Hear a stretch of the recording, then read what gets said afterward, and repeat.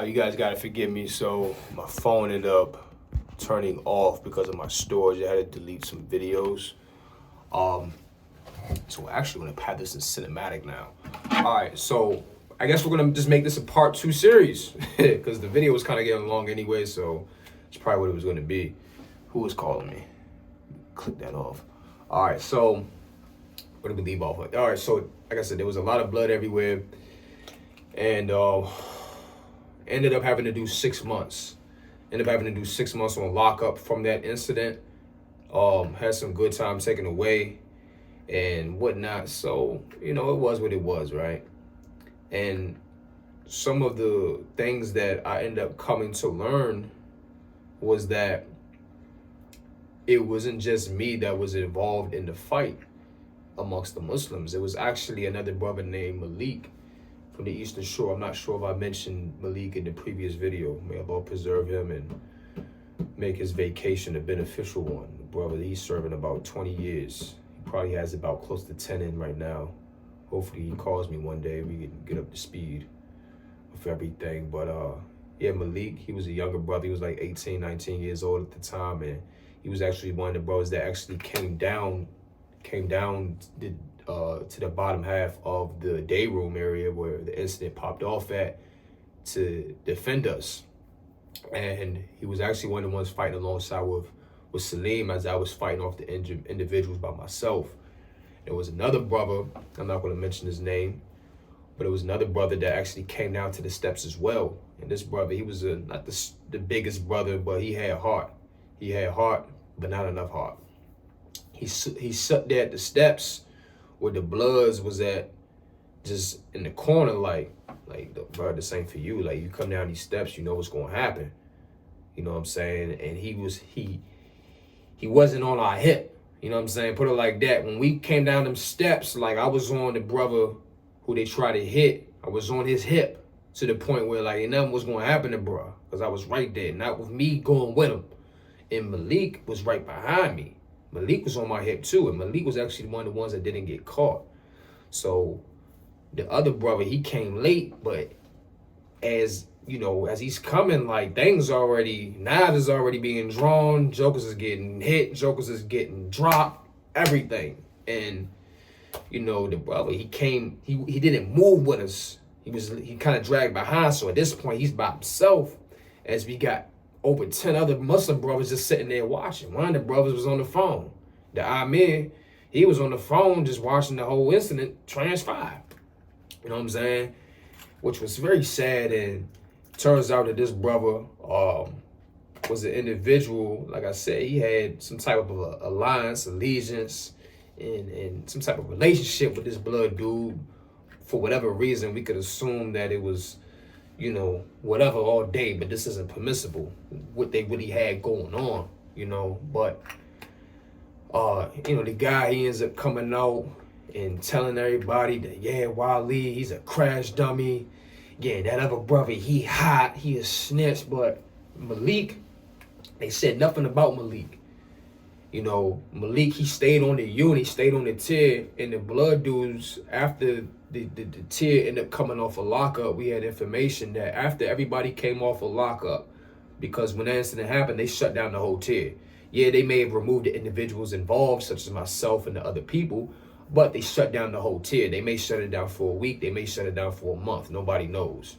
Until the intel of the COs and all that, they get their whole information about what's going on, and then they'll make the decision on when to put everybody back in population and take them off lockup, or take them off the shutdown, right?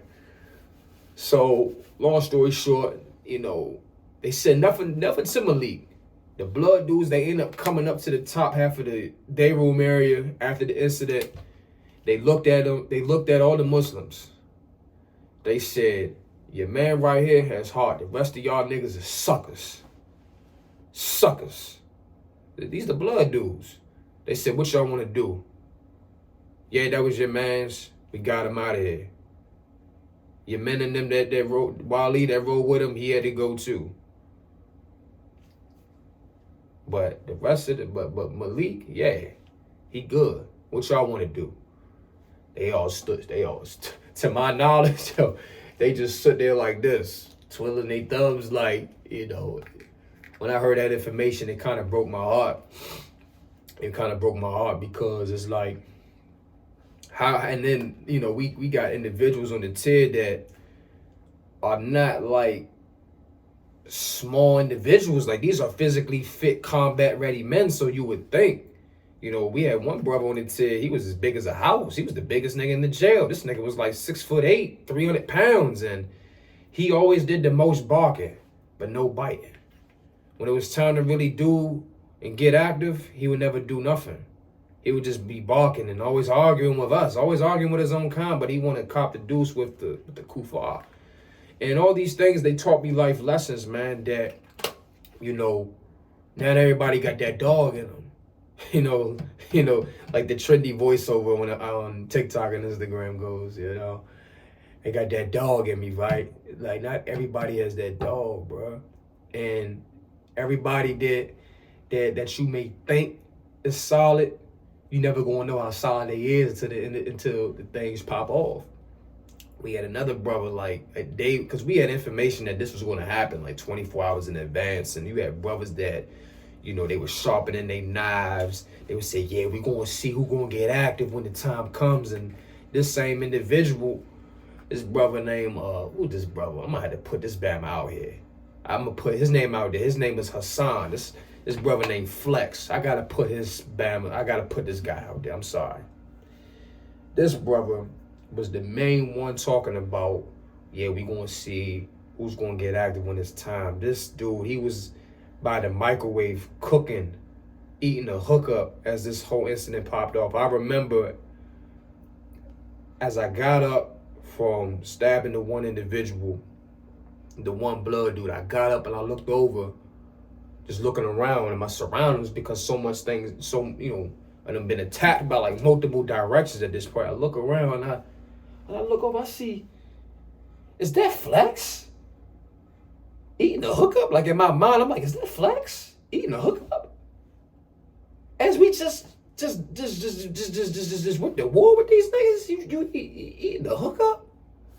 And you the same one that was sitting around talking about, yeah, we gonna see who's gonna get active when it's time to get active. You had the most to say, but nothing to do when it was time to get active. When it was time to get active, you had nothing to do.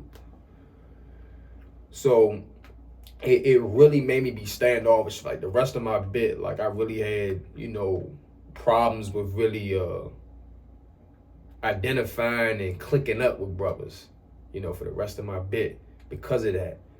And I had basically I had the most trust issues with the Muslims after that, man. But over time, I got it out my system, and I ended up getting sent to another jail, and I got around some strong, thorough brothers that really gave me a new perspective on who were the trustworthy individuals and who wasn't. Like had that incident would have happened elsewhere, Allah knows best what would have happened. But, I ended up coming off lockup and coming back on the compound, and brothers was telling me, they was like, yeah, bro, we was about to come on the tier. Brothers from other tiers saying, yeah, we was about to come on the tier and get with them jokers, da-da-da-da-da. Yeah, you was about to. I'm saying in the back of my head, like, yeah, you was about to. Like, everybody's telling me what they would have did after that incident, what they would have did, what they were going to do, but they didn't do nothing. And I say all that to say that don't think you're going to go to prison and come to Islam and expect for these brothers to really protect you and save you. Because it's a strong chance that they not. If something pops off, it's a chance that they may not. This is just from my experience. And I'm not saying every prison in the country is like this, right? But don't ever come to the Islam thinking that people are going to protect you. Allah is going to protect you. And that you protected me. And alhamdulillah, He allowed me to protect somebody else that was Muslim. Upon Sunnah, Tawheed, Salafiyah, right? So that's just what it is, man. That's just what it is. It's a lot of, one thing I noticed, and I'm going to leave off with this. One thing I noticed, when the numbers are large, the Iman is weak. What do I mean by that? when you have large groups of Muslims that are in the community on specific units and tiers, we notice that the shaitan is more active. The shaitan is more active with these individuals. But when the numbers are small, the iman is more stronger, because now the Muslims can vividly see, like, we outnumbered, we gotta tighten up. Because I've been on units where it's been like 4 or 5 Muslims and we outnumbered, by like 3 to 6 other more people. It may be 12 of them, 5 of us. If something was to happen, if somebody looks at somebody the wrong way, don't say excuse me, things was to pop off against another organization, like it's maybe 12 of them, 5 of us. But our 5, I've done seen it. Our 5 against day 12, they would get crushed.